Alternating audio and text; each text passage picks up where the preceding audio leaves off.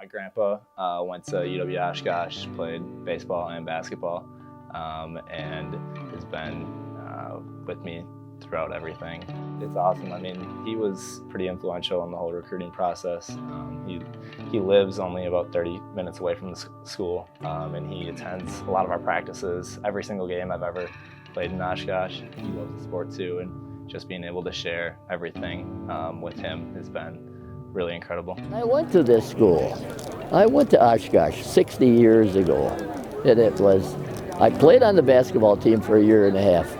I also played baseball, but basketball, my whole entire record was 2 points.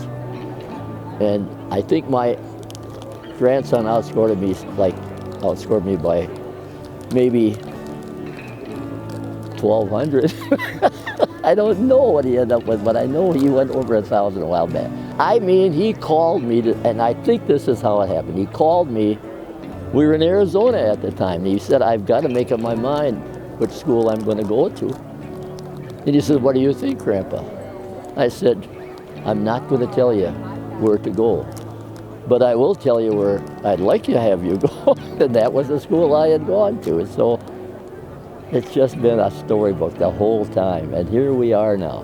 Who would have thought? He's probably the most optimistic person I've ever met in my entire life. You know, he sees the good side in everything. My grandpa is always finding the bright side in every situation, and I think, you know, whether it's win or loss, he's the first person that talks to me and tells me, you know, everything I did good during a game and everything that I can look forward to and look up to. We're close-knit in that, well, we don't say much bad about anybody. Let's face it, sometimes things happen, but it was that way, I think, as we grew up, and we've managed to instill that in our own kids and our grandkids. And so you're hitting it right on the button when you say we're a close-knit family. Yes, we are. I cried when he got on the bus the last time. He made his last shot at practice the other day. Oh, this has been wonderful. And he's such a good boy. And again, I have to say they all are. He and Ben have been close since they started college. And I don't think there's ever been a mean word between those two guys. They'll be lifetime friends, I'm sure. All of them, they're such nice people. And I say this to the coach, and he says, I say, you got such nice kids. He said, that's not by accident. He said, these are the kind of kids we're looking for. They are, every one of them, and they would all like to be playing.